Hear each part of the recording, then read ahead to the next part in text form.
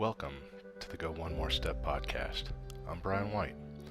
I'm a veteran, I'm a survivor of my brother's suicide, and I'm talking to people about overcoming challenges of all kinds.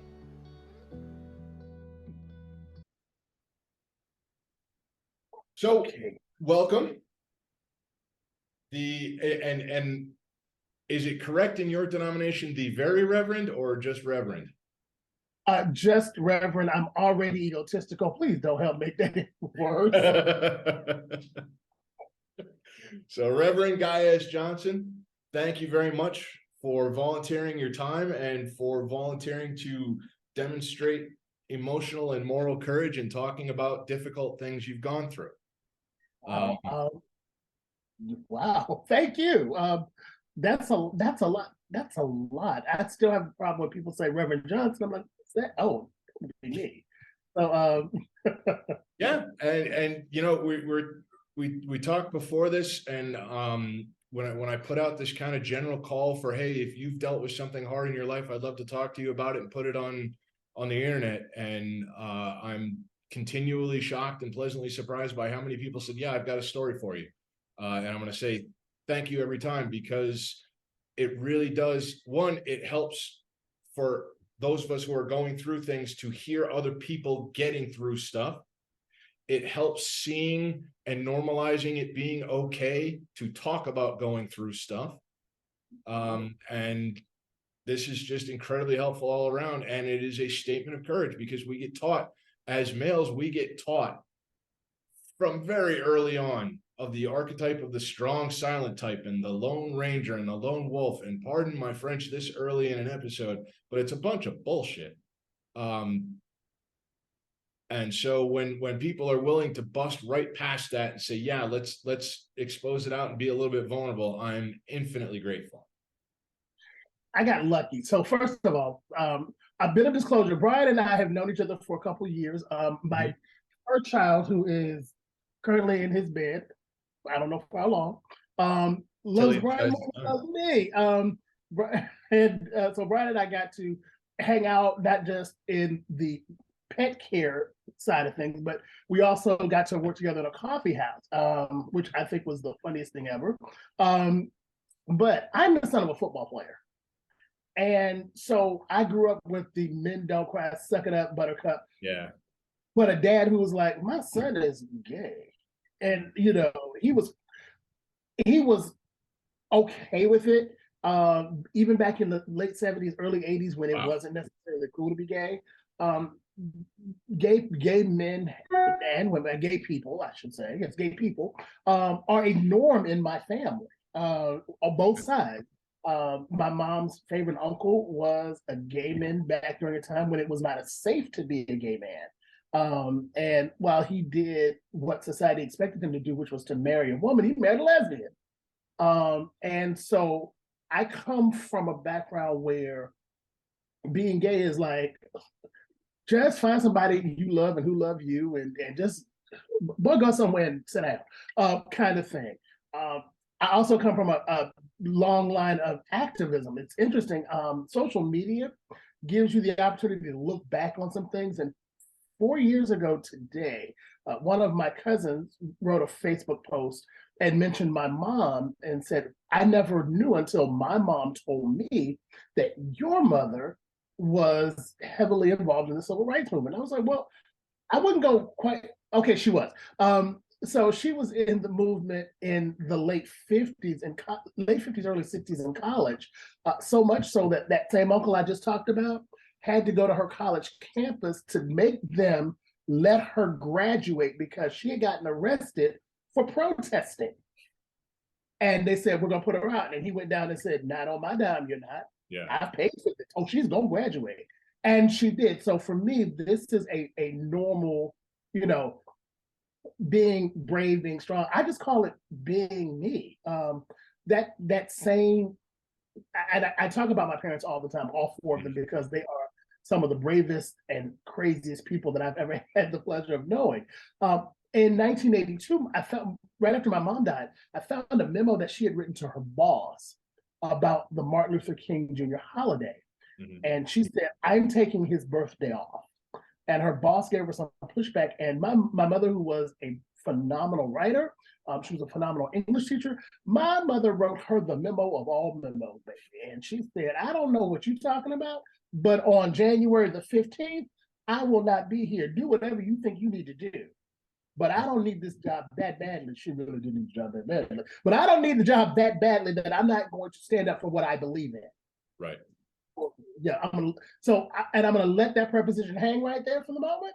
But so for me, fighting obstacles and fighting for what I believe in and dealing with difficult things, that's just I don't know how not to do that.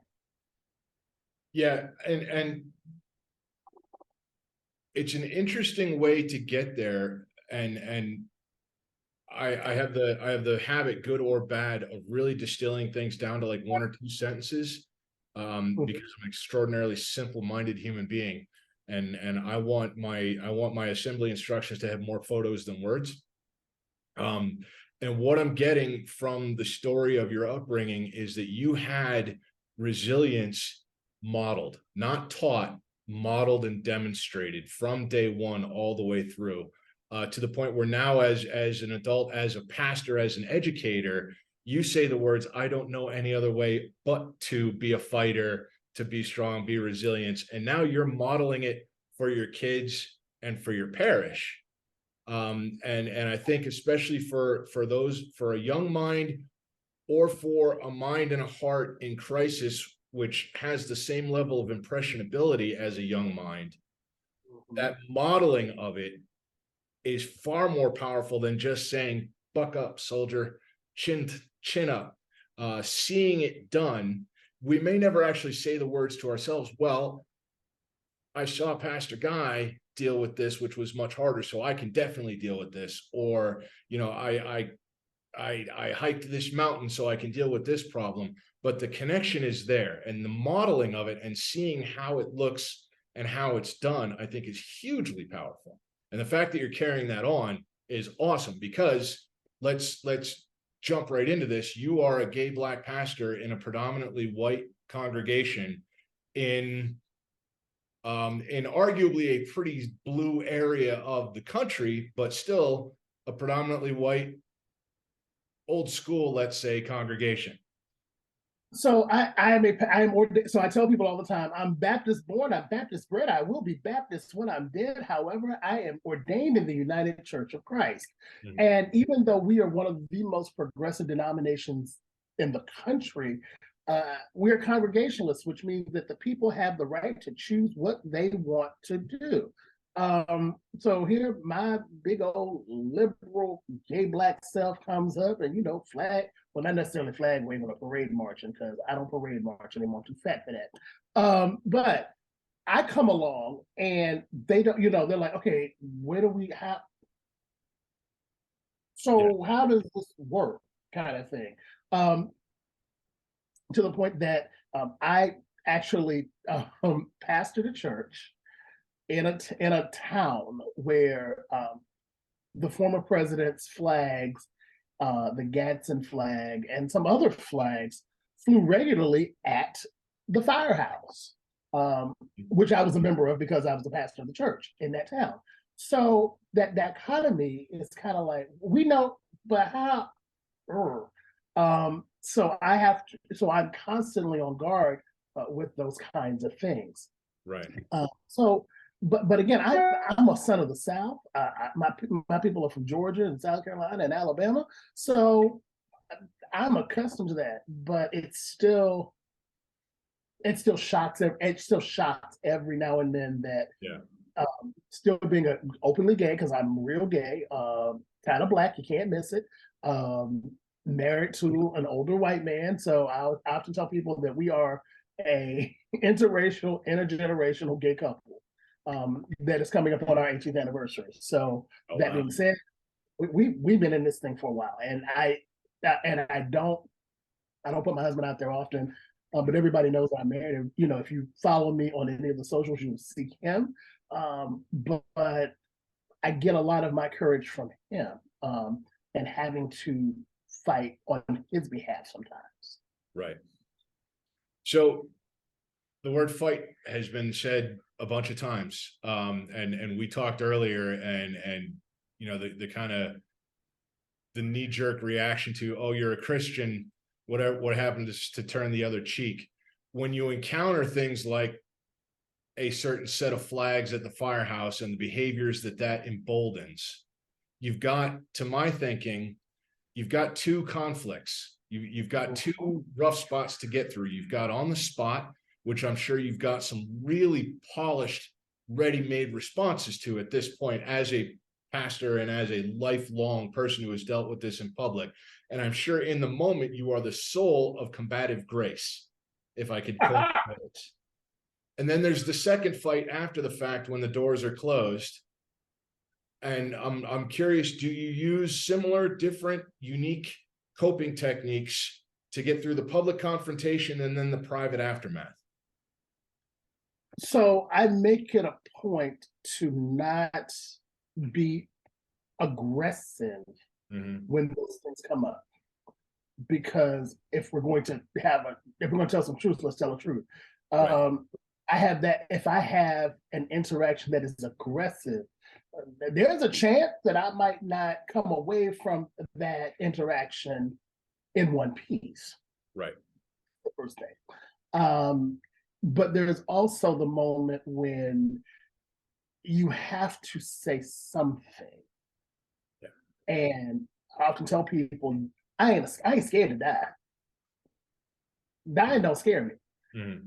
Fear of me dying is my husband then has to navigate the world by himself. Right. So everything I do, I keep in mind, okay, number one, do I really want to call him and tell him that I'm in the hospital because I've been in an interaction? Or number two, do I really want to call him and tell him to come bail me out of jail because I don't want somebody's ass? So, and let me say, I don't believe in instigating violence. I don't, because, you know, I'm a follower of a man whose state-sponsored execution we are remembering as we speak during this very weekend. I believe in, do I believe in turning the other cheek? Yes, but my name ain't Jesus, so let's start there. What I tell people is, I have a t-shirt, my sister-in-law made it for me. It says, you know, I'm half Jesus, I'm half Peter. Run up on me and see which one you get. I use the story of Jesus cleaning out the temple, where he went in, and the text tells us that Jesus went in with a bullwhip and was, you know, cleaning out. You know, while still yelling, "You are thieves!" And you know, I'm sure that when Jesus was going through the temple with a bullwhip, he was not saying, "God bless you, hallelujah." No, he wasn't doing that. I'm sure that Jesus was on one that day. So how do I deal with this though? Is the question you asked. In the moment, I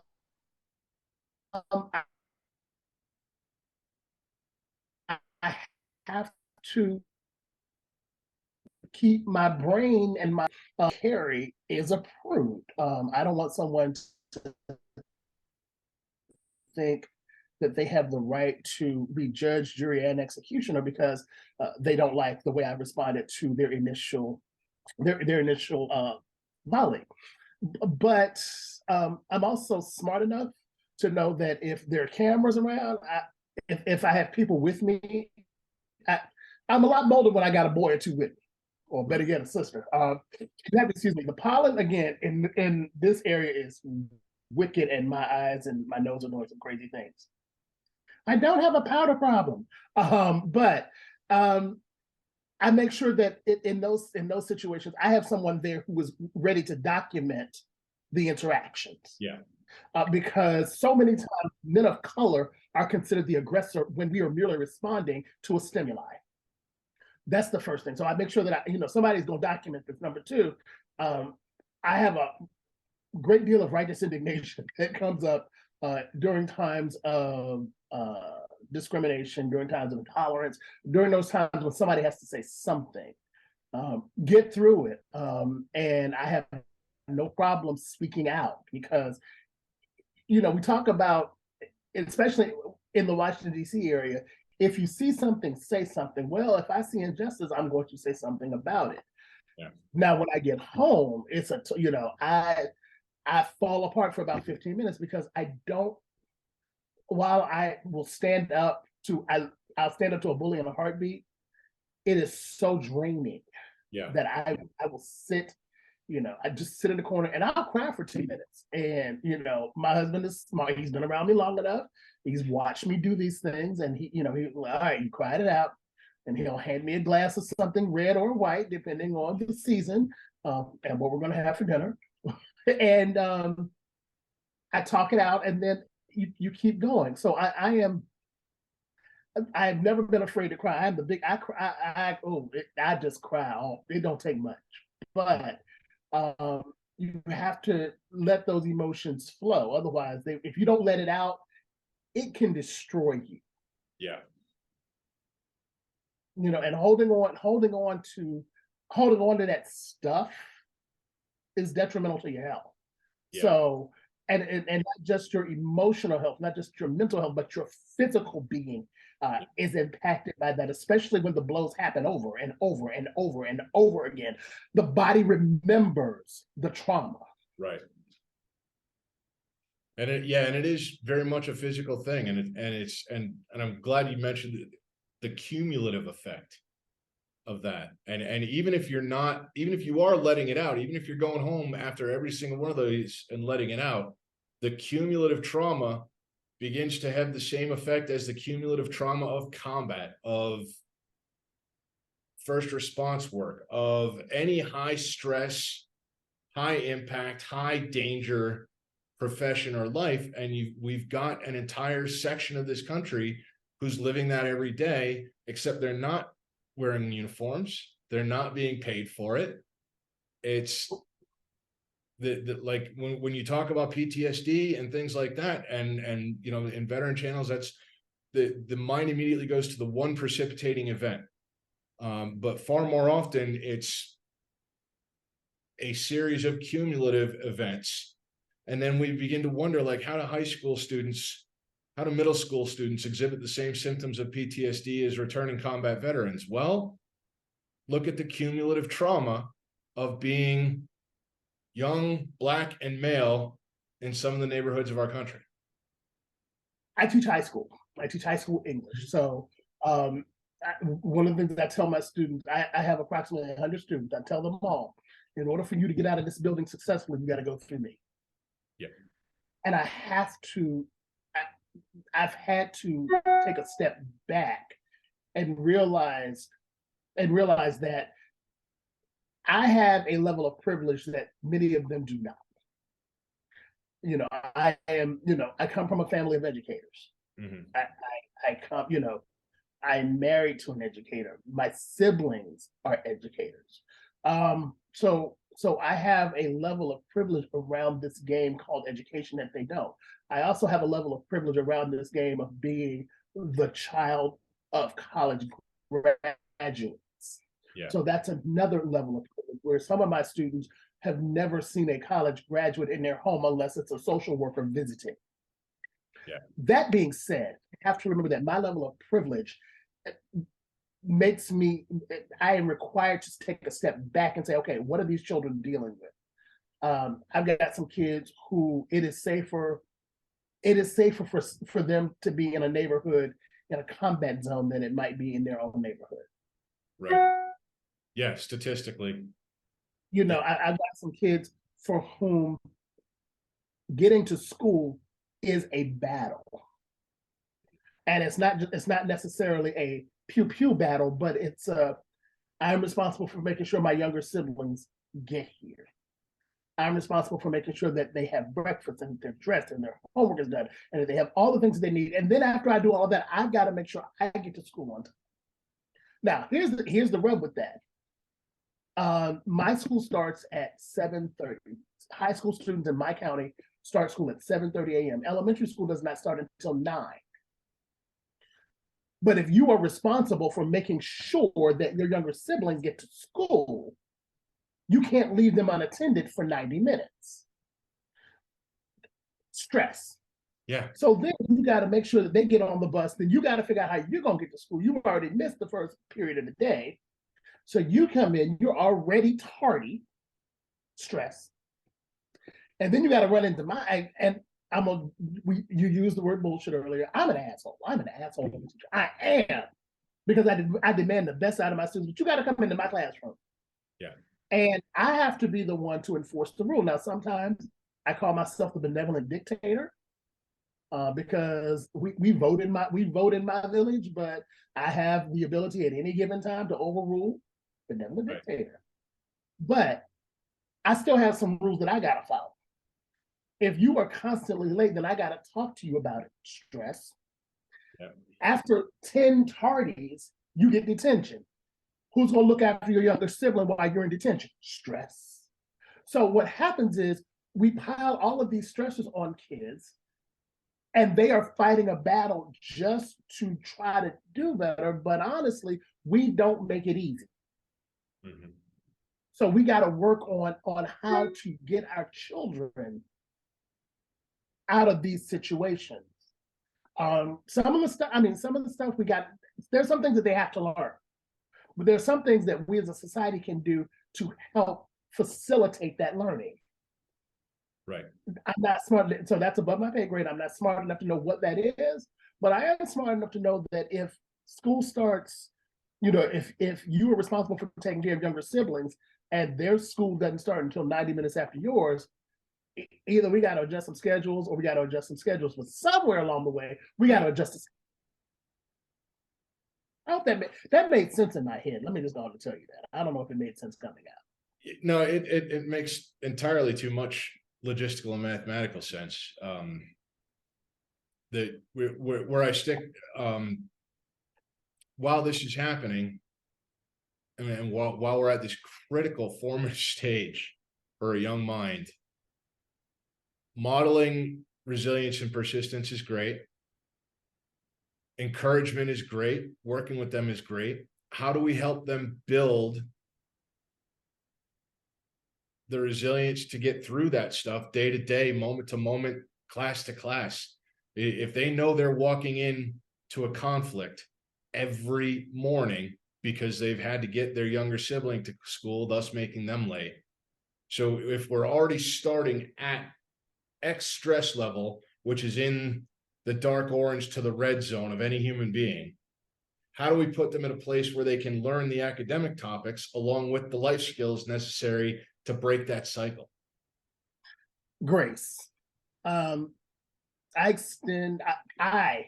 try to extend to my students an abundance of grace. Mm-hmm. So I'll tell them, listen, baby, you got a story. Everybody got a story, but here's the deal. I just need you to work with me a little bit. If you can work with me a little bit, which means get to class, if you can come to class and if you can give me 45 minutes, just give me 45 uninterrupted minutes, I'll let you deal with whatever it is you have to deal with. That's a level of grace. I tell my students, if you need to come in after school, let me know. I will fix my schedule to help you. Grace. You say you can't read it? Sit down. We're gonna make this happen. Grace.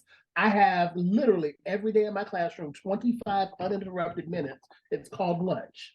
If you need to come and hang out with me during lunch to decompress, grace. My school is minority majority. Yeah. And on the Monday before spring break, we had a brawl in the cafeteria. Girl about twice my size was about to take out a staff member. I jumped in between them. Stupidest thing I've ever done.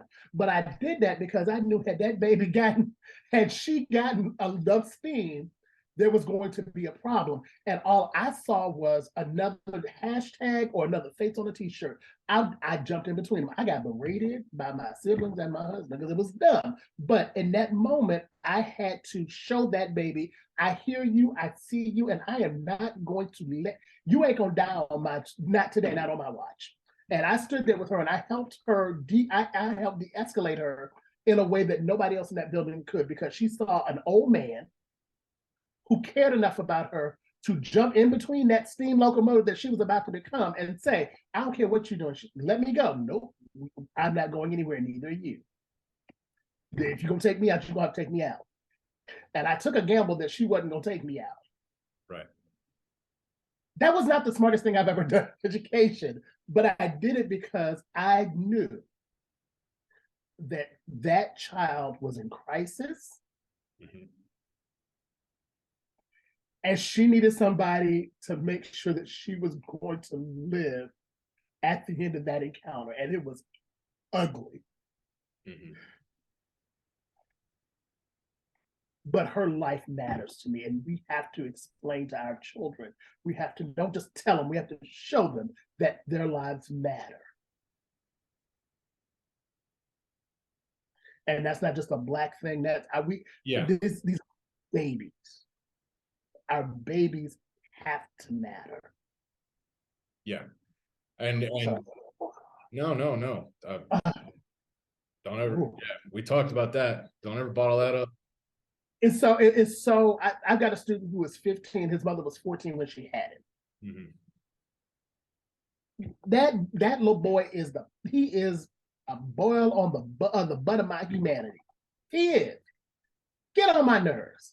And he will tell you he get on my nerves, and I get on his nerves. But there's nobody else that he will tell you that whenever he gets in trouble, the first name he calls is mine. And he's like, he's gonna yell at me, and then I'm gonna yell at you. What did you do? Sit down. I got this. Because his life matters. Yeah. Our babies' lives have to matter, and that's what it boils down for me. They gotta matter. Yeah, and I think we're both keeping and losing focus on that. I feel like as a country, when we talk about not so much Black Lives Matter, but every time there's a school shooting, especially, the one side of the argument centers on, why don't you want to protect our children more? Why don't our children's lives matter to you more?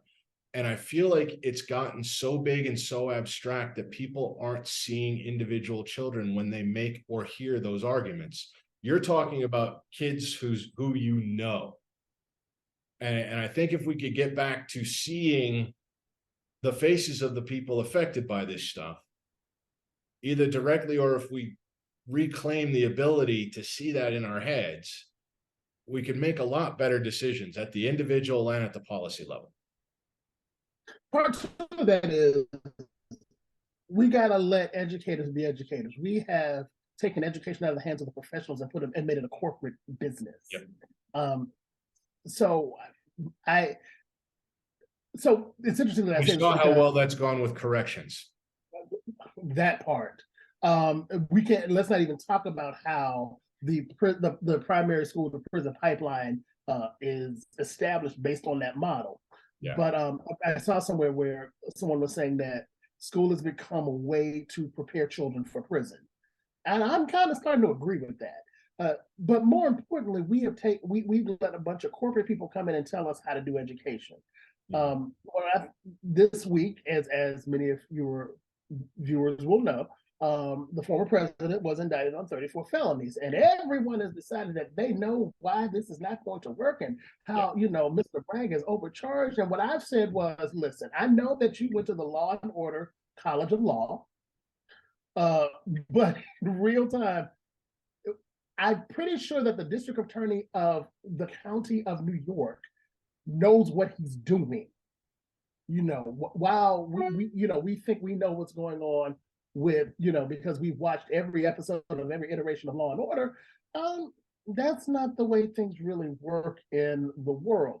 I liken that to education. Everyone tells us how we can fix education. Come on in my classroom for a day. I invite anybody who thinks they can do what I do, come on in here. And I do that because I had to learn the hard way, because I am Guy Johnson. I know everything. I am smart. I'm not just a pretty face. And why don't we do blah, blah, blah, blah, blah? Well, because that child has to take care of their younger sibling. Mm-hmm. The cycle continues. Yeah. But we've got to get back to letting the professionals be the professionals. We have to get back to investing in our children. and we have to start agreeing that they matter. Now, as an aside, because we're not specifically talking about Black Lives Matter, for me is a totally different conversation. And I want to make sure that anybody who says I am not down, my life matters. And to say that all lives matter, it does, but there's comes a time when we have to talk about a specific subset of people who are being impacted by policies and procedures that are detrimental to their lives, as indicated in Tennessee 48 hours ago. But when talking about children, our children's lives matter, and we have to do something to make sure that they successfully navigate and learn the skills necessary to cope and to be successful. Absolutely. All right. So, how long have you been teaching, educating? Well, that's an interesting question. So this is my first year, second time around. About 20 years ago, I did a year while I was in Chicago, and was in the wrong setting. It was a charter school. CEO of that charter organization ended up being indicted. God. And so I took a break from that. But again, I've been in the education game all my life in one way or another. That my husband, who was in his 32nd year of teaching at that point. 27 and 32nd. He was in his 32nd year of teaching when we met. And I ended up being at the school at least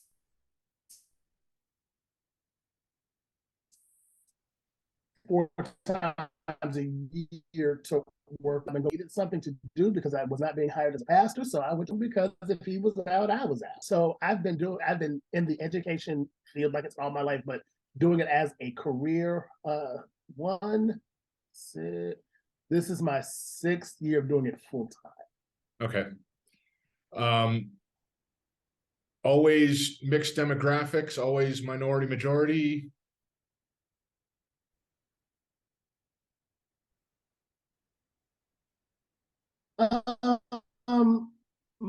Always minority majority.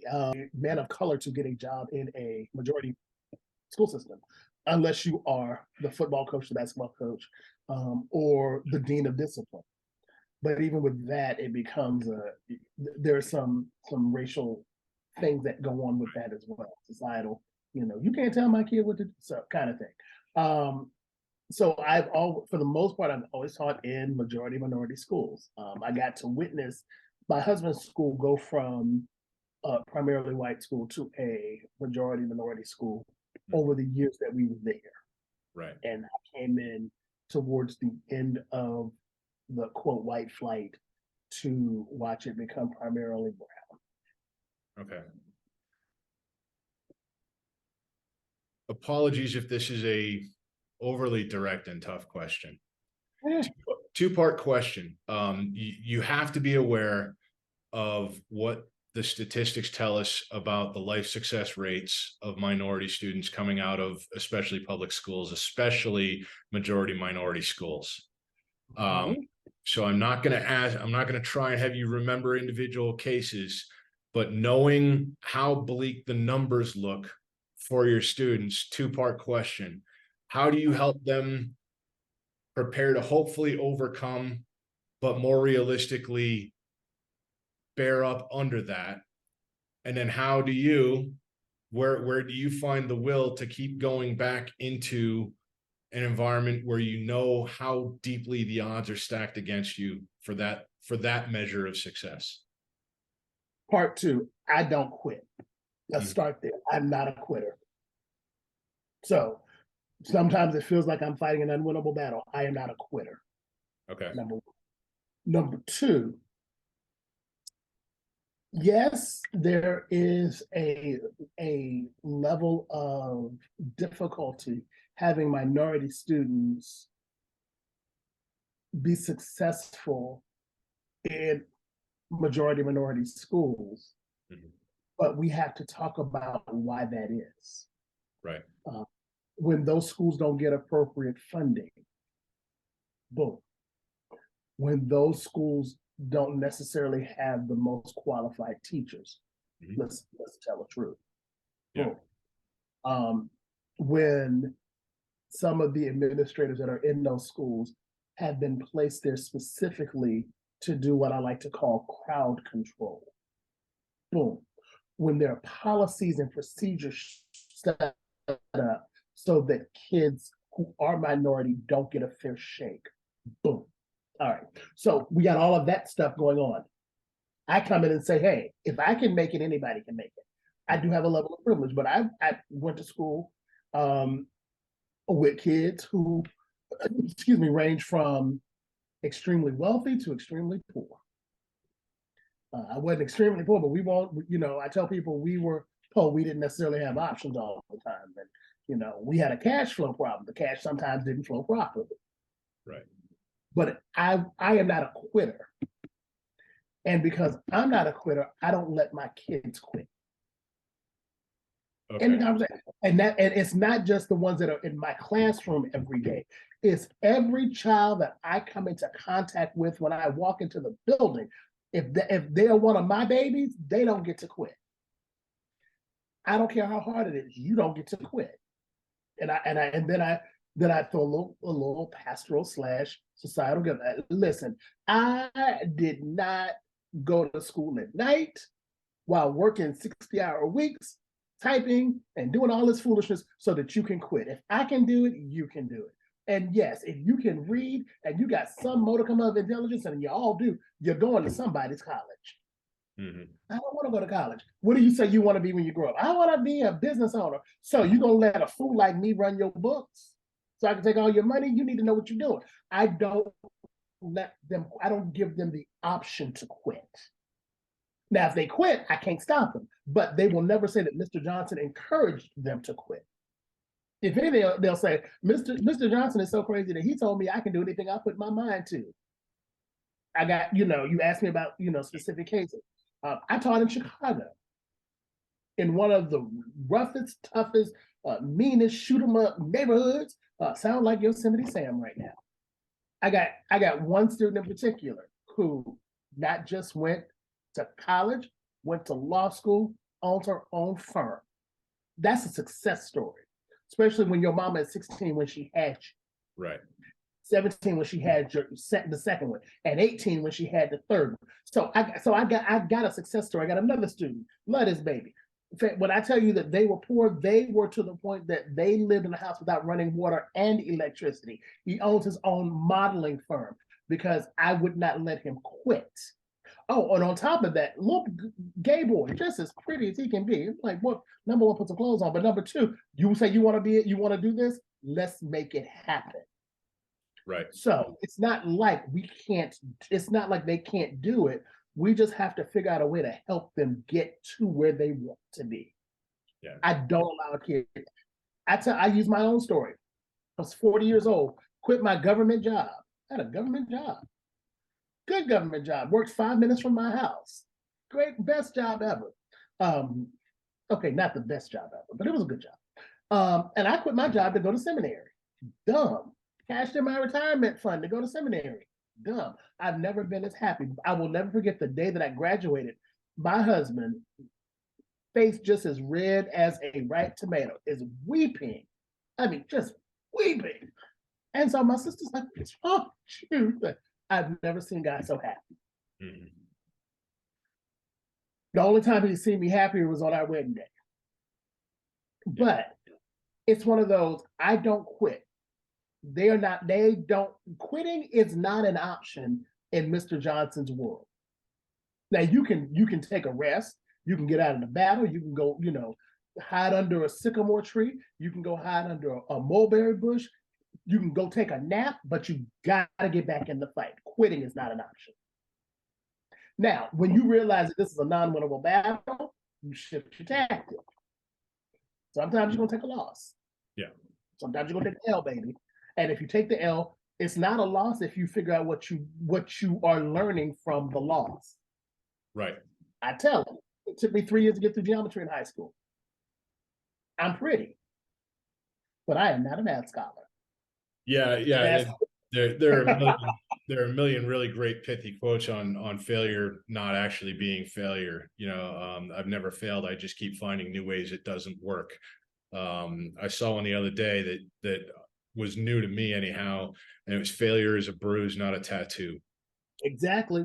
Love that one. But what it sounds like you're doing with your kids is just working the resilience muscle. You're making them do the reps, and I constantly have people tell me about an event in their life where, and it's almost the same quote every time. I found depths of strength I didn't know I had, or I discovered depths of strength, and it's always described as this kind of out of nowhere thing. But then if you talk to them about their life path, they've been a couple of reps at a time here and there, building up that resilience and that reserve by not quitting in small things, by getting up 20 minutes earlier to make sure your younger sibling gets to school, and figuring out, like, solving one little problem, which boosts your ability to solve the next little problem, which boosts your ability to solve and so on. And now you've got a modeling agency. Neat segue there, and I'm on slightly thin ice, and I'm going to lean into that, being a straight white guy. I am told that being a gay black man is often a lot harder than being a gay white man, partially because of the white black dynamic, but partially because of the black community's reception of the LGBTQ community. Is that still, was that ever the case? Yes, but yes, and okay. So, number one, gay black men face an amazing amount of racism from gay white men. Okay, had not known that aspect of it. It shows especially in social interactions. For example, I'm reading a book about secret gay Washington from the 40s up until, I want to say, the early 2000s. Mm-hmm. And there were bars in DC where you could, if you were white, they would not ask you for identification. If you were black, they would ask you for 2 forms. In Chicago, there is a bar, and this has been in the last 15 years, where white men go in unaccosted, black men are given a list of do's and don'ts, basically, and still have to show 2 forms of ID. There is a fascination with the black body, but a resistance to the black body. We love, there's some folks who love the black body, yet loathe the black body. They love certain parts of the black body, but they loathe black intelligentsia. So there is this thing. Now, as far as LGBTQ people in the black community versus their family community that are black, there are some challenges at times. I got lucky I got about 93% of support in my family. Because I've always been me. I have Bobby's boy who could not play football. My daddy was a football player. My daddy was my daddy was fine. He was a fine football player. And here comes his little skinny gay son. I was skinny at one point. Here comes this little string bean of a kid who can't do anything athletic. I was autistic, knew how to talk. My dad, that wasn't my daddy's thing. My father was okay though, because his buddy was his buddy. Boom. Yeah. I have some members of my extended family who don't support my quote lifestyle choice, and I have to educate them every time that my lifestyle is we have a season subscription to the Kennedy Center. Right. My life, you don't like who I share my life with. with whom I share my life. Stop letting that preposition hang. In case you haven't figured it out, y'all, I'm an English teacher. All coming clear. So, Guy, when did you know you're gay? I'm sorry? When did you know that you're gay? When did I know? When did I not know? I didn't know what it was until I was about 9, but when did I not? I knew that I knew I was supposed to marry a girl. I knew that because that's what society said. But I didn't want to marry. I mean, I went through the point. I always had a girlfriend. Nothing happened. We just held hands and we were good friends. But I knew at about 9 that I wasn't like everybody else. Okay. And through some experimentation, I kind of confirmed that, a little scientific experimentation never hurt. This doesn't. Yes. And I tried that. It's interesting. I'm so glad that the parties involved have now gone on to glory, as we like to say. So I got caught, with a girl, and my father and his wife did not know how to respond.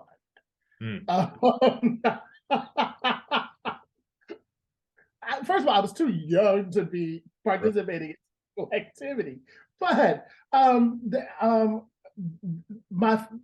it was so funny because they were like, "What? Go, just get out. Come back in an hour."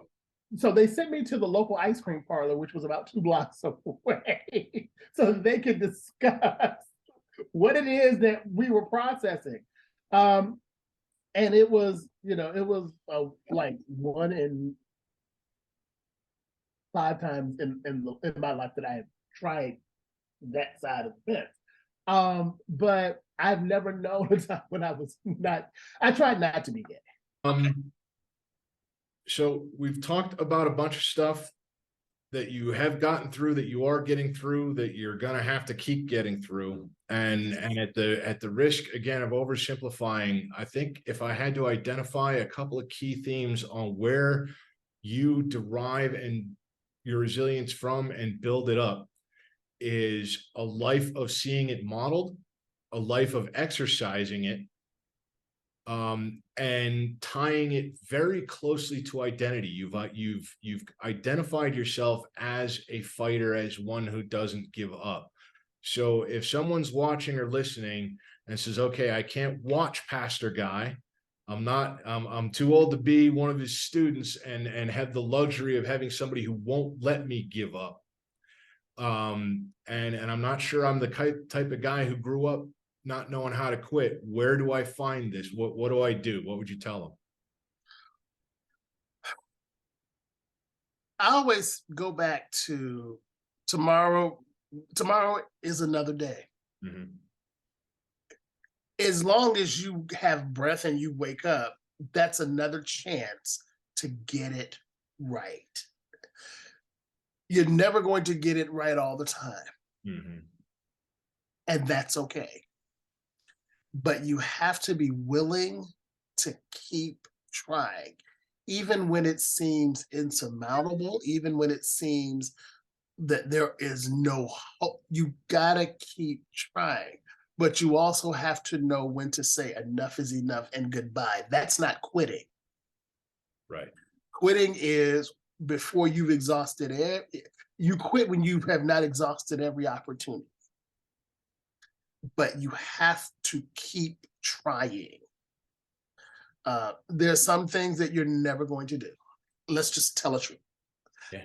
I am never going to be a Tony Award-winning Broadway actor. I am never going to be on the Broadway stage doing musical theater, and I'm okay with that. I've had to get okay with that. But I know what I can do. I'm the biggest ham you're gonna ever meet. I am.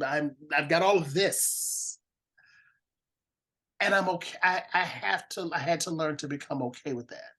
I'm never going to be a lawyer, especially now. I'm in my 50s. I am not quitting yet another career to go back to law school. That ain't gonna happen. Yeah. I'm good with that. I provide That's a choice. I'm sorry? That's not quitting to me. That's a choice. No, right. I mean, Choosing a path. Choosing right, one path over another. exactly. But when I say quitting, I could literally say, you know what? When I went to seminary, I came home after giving my notice at work and told my husband, I just quit my job today. That was not a good conversation that night. Let me just tell you.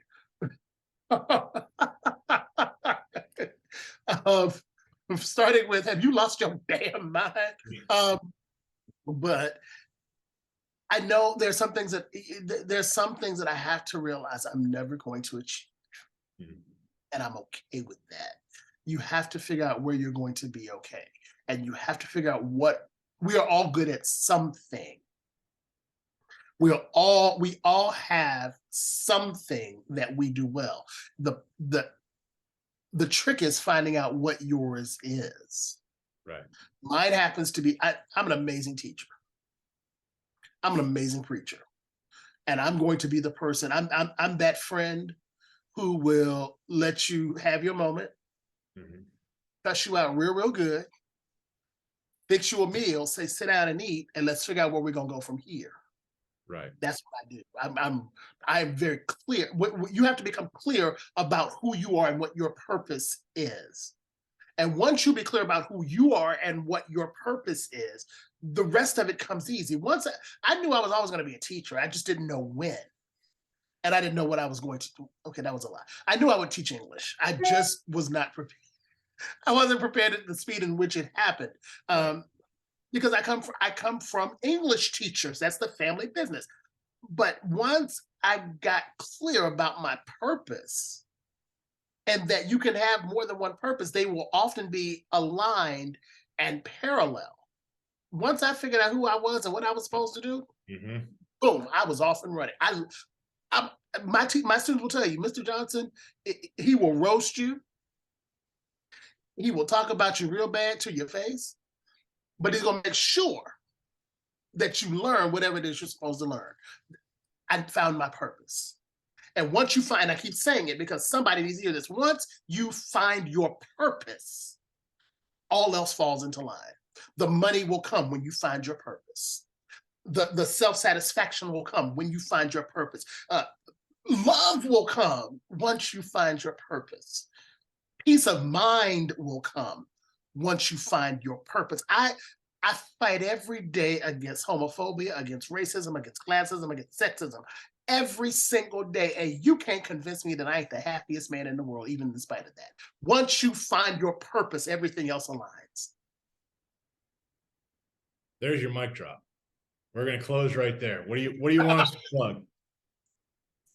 I'm sorry. What do you say? You got anything you want to plug? Anything you want to anywhere?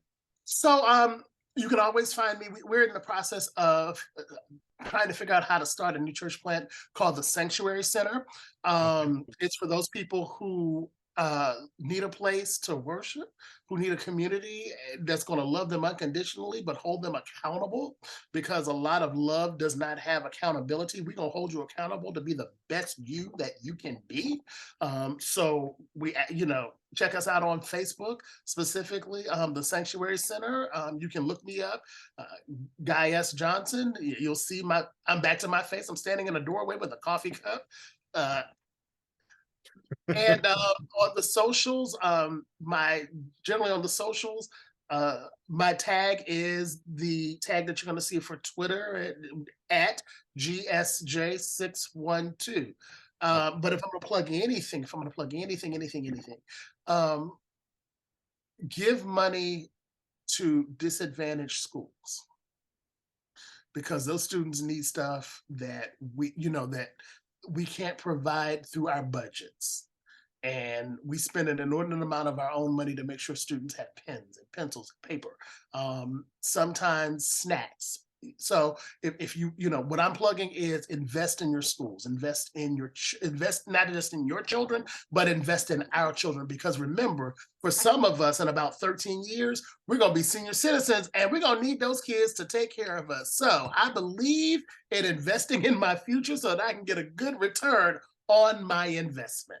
And finally, I am the clergy in residence at the Grace Reformed United Church of Christ in Frederick. I don't preach often, but I'm in the pulpit every Sunday doing something. So if you look us up, grucc.org. If you look us up online, grucc.org. The Grace Reformed United Church of Christ of Frederick, Maryland. We are celebrating our 125th anniversary of being a beacon of light, love, acceptance, and welcome to the Frederick community. Check us out. We're always there. If you're ever in the Frederick area, come by Sunday morning, 11 o'clock. We're going to love on you. We're going to make sure that you get a good song, a good sermon, and get out for brunch by 12:15. It don't take all day to do nothing. Love it. Love it. We'll put all those links up where it's easy to click on with a nice blue underline for you as well. Guy, thank you so much for the time. Again, for the honesty and the raw emotional courage to come out and speak your truth. And hopefully somebody somewhere will hear this and it'll either affect them personally or they'll pass it on to somebody who needs it. And that, to me, is all the time in the world. Thank you for the opportunity. All I want to do is be a beacon of light to the world and help somebody, because somebody helped me. I just want to be an inspiration to somebody because somebody inspired me. And I just want to make sure that whatever little kid, young adult, teenager sees this, baby, number one, it gets better. And number two, if you just keep plugging, you will have the life of your dreams. When it gets hard, just keep going one more step. One more step. That's all you got to do. Love it. Thanks so much. Thank you.